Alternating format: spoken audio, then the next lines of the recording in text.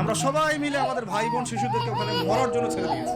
এটাই সত্য কথা। এবং এর জন্য পুরা উম্মাকে জবাব দিতে হবে, পুরা উম্মাকেই জবাব দিতে হবে। সবচেয়ে বড় জবাব দিতে হবে আরবের নেতা, আশপাশের যারা নেতা আছে এদের, আরবের যে নেতারা আছে এদেরকে বিগত 70 বছর ধরে এরা যা যা করেছে এর উত্তর দিতে হবে, জবাব দিতেই হবে, কোনো উপায় নাই।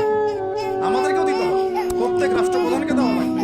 যে লিখতে পারতো লিখে নাই তাকে দেওয়া লাগবে, যে বলতে পারতো বলে নাই তাকেও দেওয়া লাগবে, যার অস্ত্র দেওয়ার ক্ষমতা ছিল দেয় নাই তাকেও বলা লাগবে, যার মিলিটারি পাওয়ার ছিল সে চাইলে ওখানে ইন্টারভেন করতে পারতো সে করে নাই তাকেও বলতে হবে।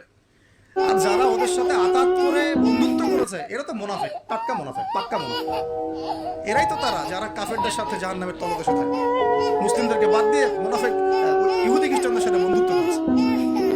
যে ইহুদি খ্রিস্টান না আমাদের ভাই বোনদেরকে মেরে এক ঝাঁঝরা করে ফেলাচ্ছে, আমি ওর সাথে বন্ধুত্ব করতে পারি? কি বলে আপনাদের ইমান? আর এই কথাগুলো কি উগ্রবাদী কথা হয়ে গেল না? এগুলো সত্যি কথা। আর সত্যি কথা বলার পরে কি হবে সেটা তো দেখার দরকার নেই, আল্লাহর কাছে আমাকে জবাব দিতে হবে, এটাই আমার ফিকির। তো যারা দোয়া করতে পারবে তারা যদি দোয়া না করে আল্লাহর কাছে জবাব দিতে হবে, যারা বলতে পারে যদি না বলে আল্লাহর কাছে অ্যান্সার দিতে হবে।